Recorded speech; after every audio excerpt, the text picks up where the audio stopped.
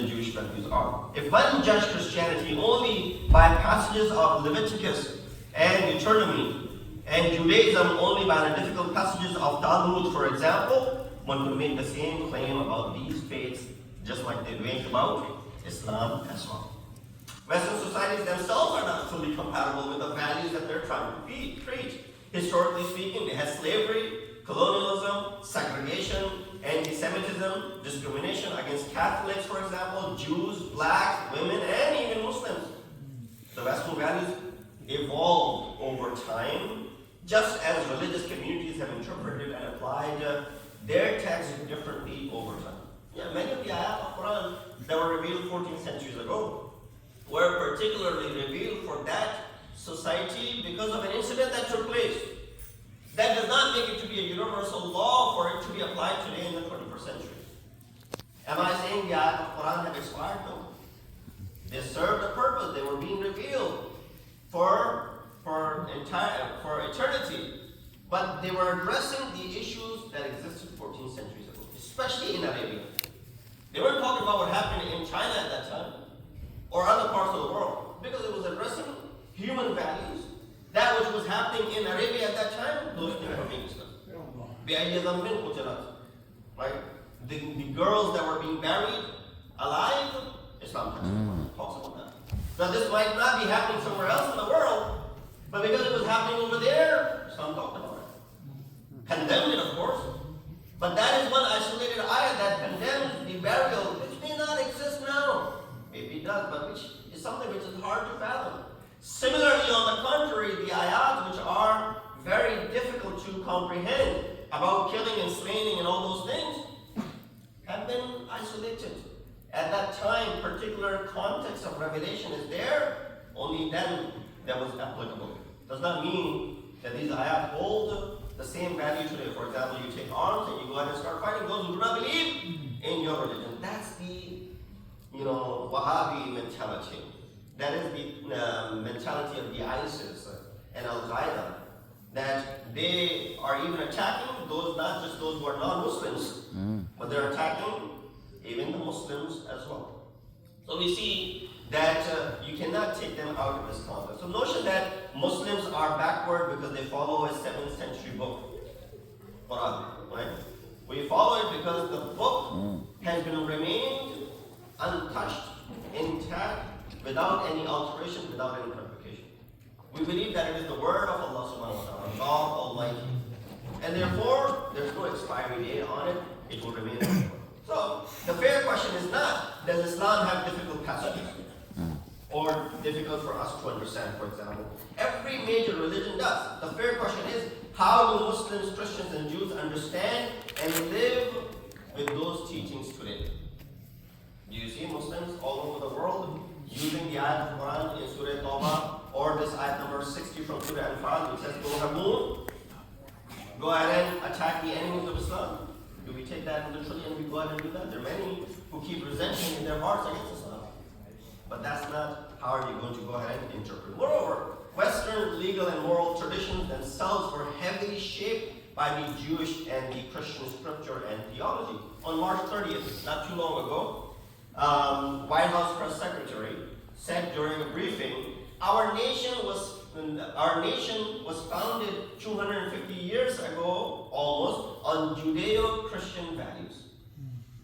She made her remarks while defending the administration's call for what? For prayer during wartime. Oh, prayer that happened, and may God give them success. She made that. So that reminds you that they're talking about the Judeo-Christian values. Now they bring religion into it. They isolate one religion out of it. Hence, we see the entire Islamophobia that arises. So the Torah and biblical law profoundly influenced the development of Western law. You cannot run away from that. Even though modern Jews and Christians no longer apply many of these ancient scriptural rules literally, some practical examples where all three Abrahamic religions share the same concern. And Islam often provides a more detailed and structured and consistently applied framework when you go ahead and look at some of these rules and laws that exist. So another problem or another issue Western societies now are having, or especially America is having, not Western societies, is the implementation of Sharia law. That right away they're giving an example of UK. Look at UK. Is UK being run by Islamic laws? Are Islamic laws being implemented over there? Is it in the part of their constitution? So no, Muslims are taking over. Demographically maybe, but it's still probably not the case. So well, the same thing will happen over here. When we look at all of these three Abrahamic faiths, we found that there's so much common in it. That if you already are taking many rules from Christian and Jewish scriptures, as she said, that our nation was founded with Judeo-Christian values, then those values are in Islam as well.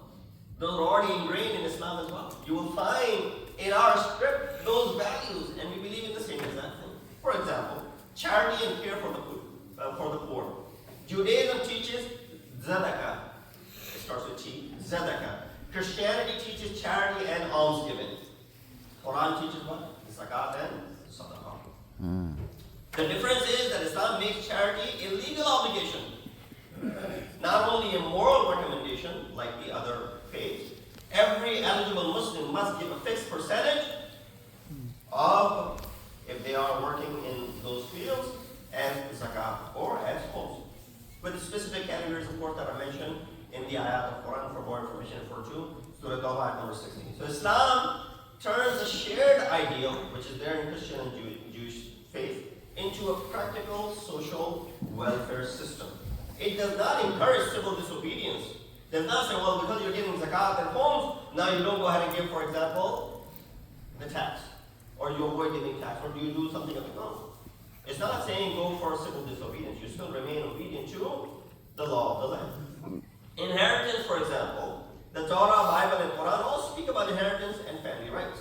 Christianity largely left inheritance to local custom or civil law. Judaism has traditional inheritance rules, but they are less widely applied today. However, Islam gives a detailed, a mathematically precise system in Quran about, chapter 4, Surah Nisa, ayat 11, 12, and as well as ayat number 176, specifying shares for the parents, spouses, sons, daughters, and siblings.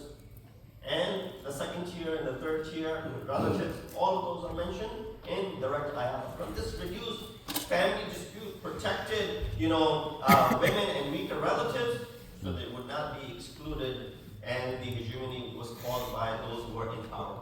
Again, if you and I, living in the West, while we follow the rules and the laws of the West, we go ahead and fill our will that this is how I want my money and wealth to be divided and distributed amongst my family members, is that I'm calling for it to be a universal thing in this land? That this is how it should be for everyone living in the West? No. This is just the religion, freedom of religion that is given to me by the Western values. I'm exercising that, but I'm not promoting that everyone should do. You go ahead and study this faith. You go ahead and study this system that is in place of inheritance. If you don't find it to be, the most profound system of distribution of wealth after one leaves, then we can go ahead and argue.